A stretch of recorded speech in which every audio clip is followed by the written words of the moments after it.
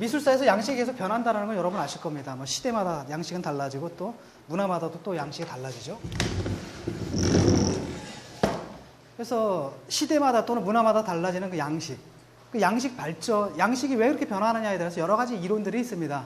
크게 보면은 이제 한 서너 가지 이론이 있는데, 그 중에 어떤 사람들은 왜 양식 변화가 일어나느냐라고 했을 때, 어떤 사람들은 그것은 세계관의 변화다.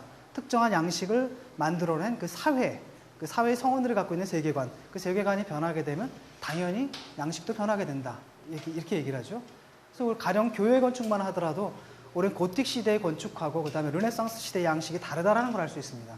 가령 고틱 성당을 갖다 인면도를 보게 되면, 위에서 보게 되면 이게 십자가 모양이고 신중심주의고, 반면에 르네상스 같은 경우에 많은 경우 인간의 비례론이 있죠. 왜 이렇게 원과 같은 그런 돔형 그 구조들이 많은데, 그런 건 바로 인간중심주의 사고방식이 기독교 종교 건축 내에서도 반영되고 있다는 걸 얘기해 주는 거죠. 이런 방식으로 세계관의 변화에 따라서 양식이 변화한다. 이런 그 예술사의 견해가 있습니다. 그걸 갖다 우리가 뭐라 그러냐면 가령 정신사로서 예술사라고 얘기를 하죠. 정신사로서 예술사. 우리는 로마네스크 양식과 고틱 양식의 교회 양식이 다른 걸 알 수 있습니다. 거기에는 뭐냐면 둘 다 기독교 중세지만 그 세계된 관념이 달라요. 그 세계관이 약간 변화가 있거든요. 그렇기 때문에 양식의 그 변화가 나타나는 것이고요. 이런 방식으로 양식 변화의 근거, 양식 변화의 원인으로서 당시 사람들이 갖고 있던 세계관을 찾아 들어가는 작업을 흔히 미술사에서는 그 정신사로서의 예술사라고 얘기를 합니다. 그다음에 또 하나가 있습니다. 어떤 사람들은 양식이 왜 변하느냐라고 했을 때, 흔히 그 예술의지라고 그러죠. 예술의지가 변하기 때문이다. 특히 그 알로이스 리글 같은 사람들은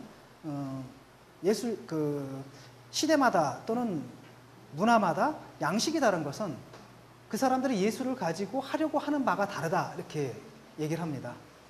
아마 여러분들 일본하고 우리나라를 딱 가면은 쿤스트 볼렌이라고 그러는데, 그 볼렌이 다르다는 거를 금방 알 수 있을 겁니다. 왜냐? 가령 여러분 경주에 한번 가보세요. 경주의 불국사를 보게 되면 그 기단을 보세요. 되게 재미있습니다. 우리나라 건축들은 대개는 인공석에서 출발하는 게 아니라 출발 자체는 자연석을 그대로 갖다 써요. 그러니까 기둥들 받치고 있는 그 주춧돌들 보면 그냥 자연석 그대로 쓰고 있는 경우가 많죠. 거기에 바로 기둥이 올라간단 말이죠.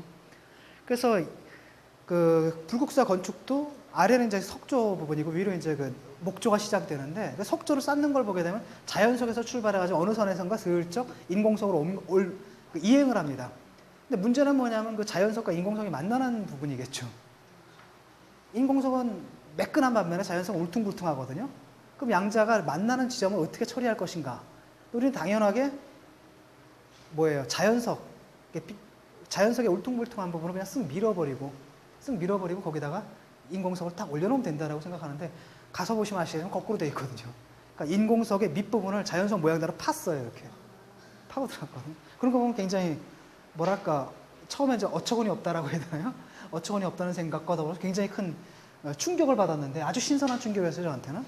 그래서 제가 그 한국 미술 전공하는 분한테 이제 그런 얘기를 했더니 그 그랭이법이라고 그런다더라고요. 그래서 그 그랭이법이라고 하는데, 그게 이제 조선시대에도 보면은 그 주춧돌 나무 기둥을 올려놓을 때도 그 나무 기둥의 밑을 그 자연석 모양 그대로 이렇게 파가지고, 그래서 왜 그랬냐고 했더니 이게 그래야 꽉 잘 맞물린다 그러더라고요. 아마 그런 이제 기능적인 이유가 있겠고, 다른 한편으로는 단지 기능적인 이유만이 아닐 거라는 거예요. 사람들은 자기가 보고 싶어 하는 대로 건축을 만들고 싶어 하거든요. 그렇게 하기 위해서 여러 가지 테크닉들은 자기들이 발견해내겠죠. 그건 뭐냐? 의지가 다른 거예요. 건축에 대해서 이렇게 기대하는 바가 다르다라는 겁니다. 그래서 우리나라 정원예술 같은 거 보면은 그 낙산사 불탔지만 거기 가니까 꽃담 같은 게 있거든요. 꽃담을 보면은 흙이 그냥 올라옵니다. 밑에서부터 쭉 흙이 올라오다가 중간부터 기와장이 밝히기 시작해요. 위쯤 가면은 이제 인공이죠. 그러니까 자연과 인공의 경계가 없어지는 겁니다. 쓱 올라오거든요. 그러니까 건물 자체가 마치 자연에서 버섯처럼 이렇게 자라서, 또 나무처럼 자라서 올라온 듯한 이런 느낌을 준다는 겁니다. 이건 의지가 다른 거예요. 일본에 딱 가니까, 일본의 정원예술 보니까 완벽하게 인공미예요. 서양 사람들은 그 일본의 정원예술을 보고 굉장히 자연미다 이렇게 얘기를 하는데, 우리 관점에서 보면 그것처럼 인공미가 없거든요. 그러니까 조그만 나무들 이걸 해가지고 그 나무들을 철저하게 가위로 다 다듬어가지고 산맥이 흐르는 이런 모습을 시뮬레이션했고, 그 다음에 조그만 분재라 그러죠. 본사이라 그래가지고 분재를 갖다 놔서 낙낙장성을 이미테이션을 해놓은 겁니다. 그 다음에 바깥에 있는 산이 진짜 산이 이렇게 딱 걸리게끔 여기서 보게 돼요. 그래서 딱 포함을 시킨다든지. 이제 서양 애들은 이런 연출에 굉장히 열광을 하죠. 근데 우리가 딱 보면은 이건 정말 인공적이라는 겁니다. 왜? 가위가 안 간 데가 하나도 없어요. 안 간 데가 없다는 거죠. 그래서 우리의 의지가 미메시스다라고 하면은 일본 사람들은 이미타티오예요.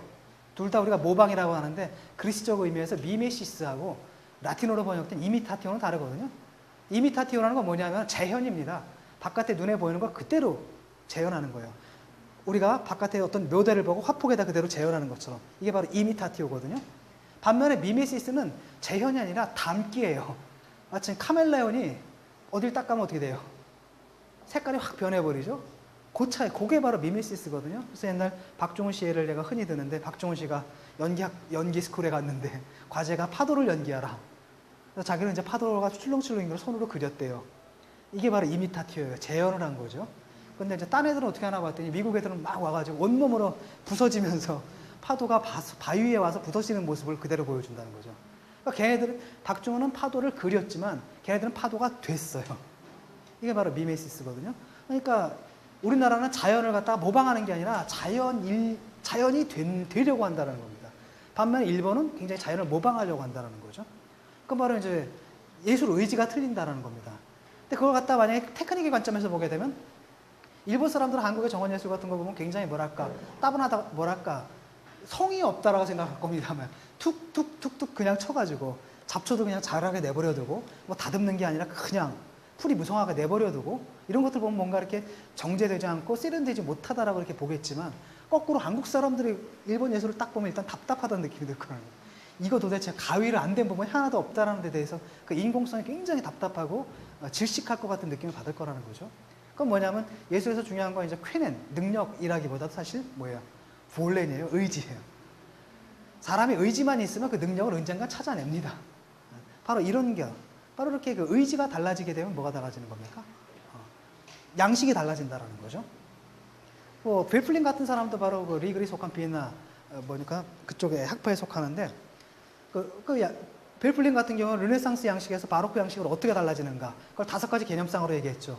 가령 르네상스 양식은 인물들이 딱 정면에 딱 배치가 되는 데 반해서 바로크 양식에서는 인물들이 이렇게 겹쳐서 깊이 있게 이렇게 배치가 된다라든지, 아니면 르네상스 양식 안에는 모든 인물들이 딱 들어가 자기 완결적 구조를 보이는 반면에 바로크 양식에서는 어떻게 되냐면 마치 한 장면을 딱 잘라가 어떤 특정 부분을 클로즈업해서 찍은 것처럼, 그래서 뭐예요?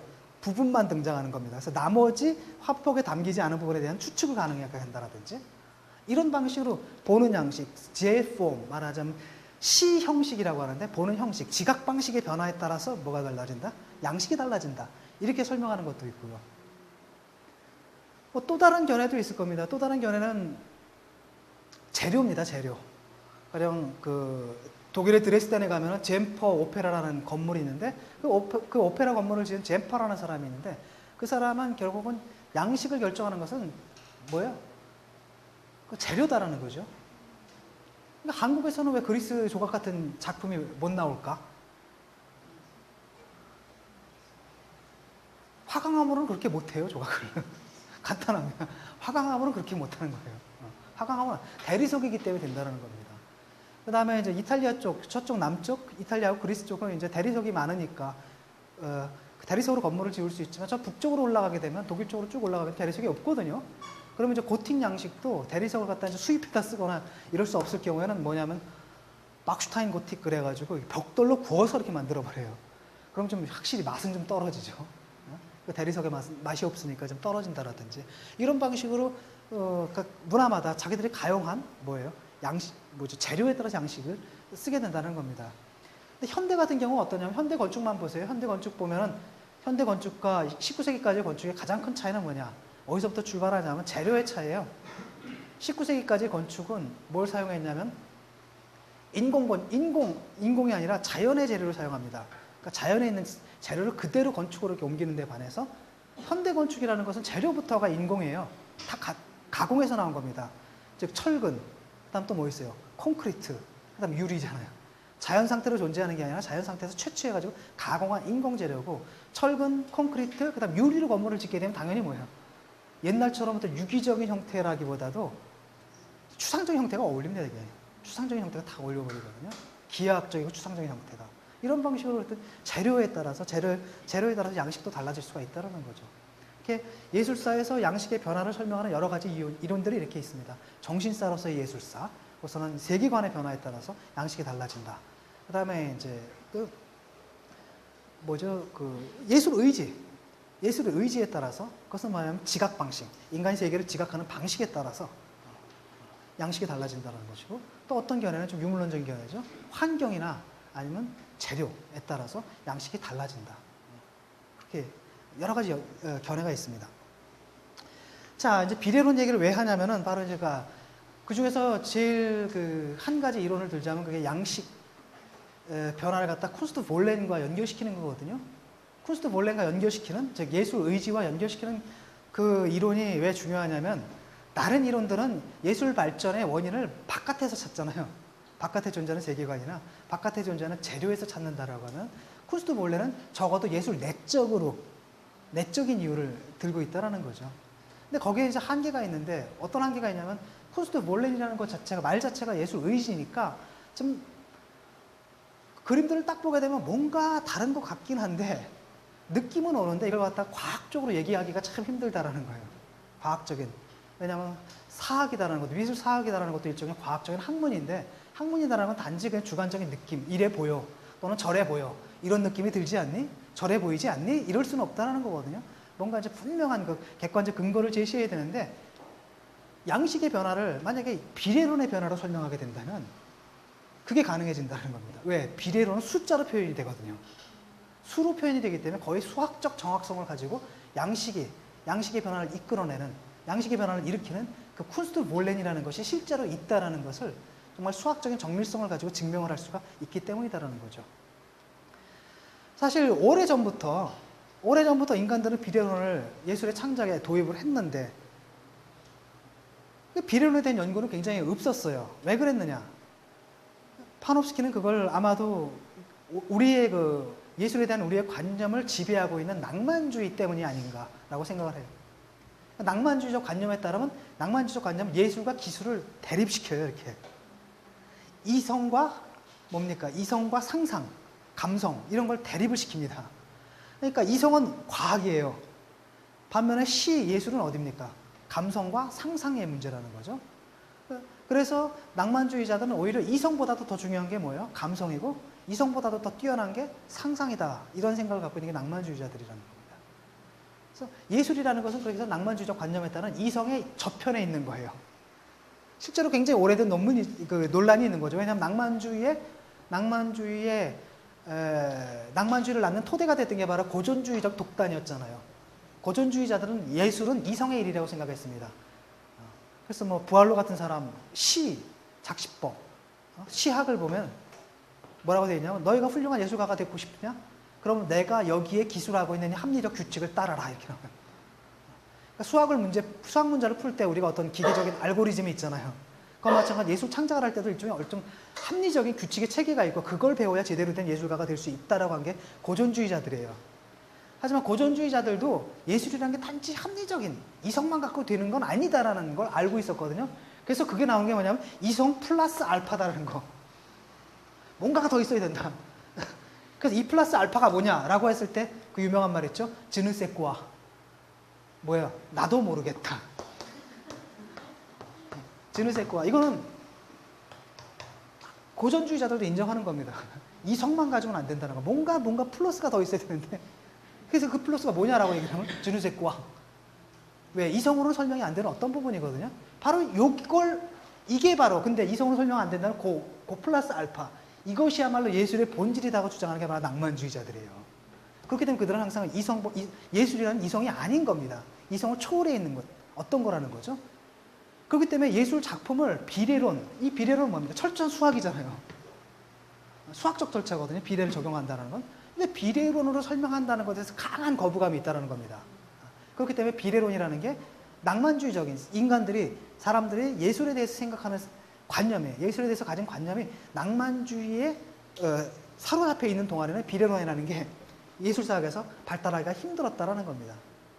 하지만 좀 전에 얘기했듯이 쿤스트 몰렌이라는 것에 실존한다는 것을 과학적으로 증명하는데 비례론만큼 훌륭한 건 없다라는 거죠. 그래서 먼저 비례론의 정의를 내립니다. 비례론이라는 건 뭐냐면은 비례론이라는 것은 어떤 대상, 그러니까 특히 이제 동물의 신체인데 어떤 자연대 살아있는 자연적인 대상, 특히 인간의 신체, 인간의 신체를 묘사할 때, 그 다음에 그것이 언제가 문제가 되느냐면은 그것이 예술적으로 묘사하는 것이 문제가 될 때, 그때 각 신체의 부분과 부분 또는 부분과 전체의 수적 관계, 이게 바로 비례론입니다. 쉽게 말하면 살아있는 생명의 크기 관계에 관한 이론, 이게 바로 비례론이라는 거죠. 아주 우리는 흔하게 일상적으로 비례론이 우리에 들어와 있는 것은 바로 뭡니까? 8등신이니 뭐니 9등신이니 이런 거라는 거죠. 그때 그 척도가 되는 것은 되게 머리가 척도가 되는데 그 전에 사람들은 뭡니까? 발을 이용하기도 했었어요. 발이 왜냐하면 1피트, 피트라는 게 그 길이의 단위잖아요, 늘. 근데 발을 이용하게 되는데 알베르티가 발보다는 그래도 머리를 이용하는 게 훨씬 더 점잖을 것 같다. 이렇게 얘기를 그래서 그랬는지, 하여튼 그 이후로는 되게 이제 머리를 기준으로 몇 등신이 이런 얘기를 합니다. 하지만 이런 비례론이라는 것은 옛날부터 존재했어요. 고대 이집트부터 비례론이라는 건 존재했다는 거죠. 그러니까 생각해 보세요. 인간이 예술에서 가장 중요한 주제는 지금도 마찬가지지만 옛날부터 역시 인간의 신체가 가장 중요했습니다. 인간의 신체를 어떻게 묘사하느냐가 가장 중요했거든요. 인간의 신체를 묘사할 때 가능한 한 보기 좋게 묘사해야 되는데 보기 좋게 묘사하려면 뭐가 필요하느냐? 부분과 부분 또는 부분과 전체의 수적 비례 관계를 명확히 알아야 된다는 거죠. 이런 비례론이 필요해서 사람들은 아주 오랜 옛날부터 비례론이라는 걸 발달시키게 됐다는 겁니다. 근데 비례론을 보면 이제 크게 두 가지로 나눌 수가 있어요. 어디 있죠?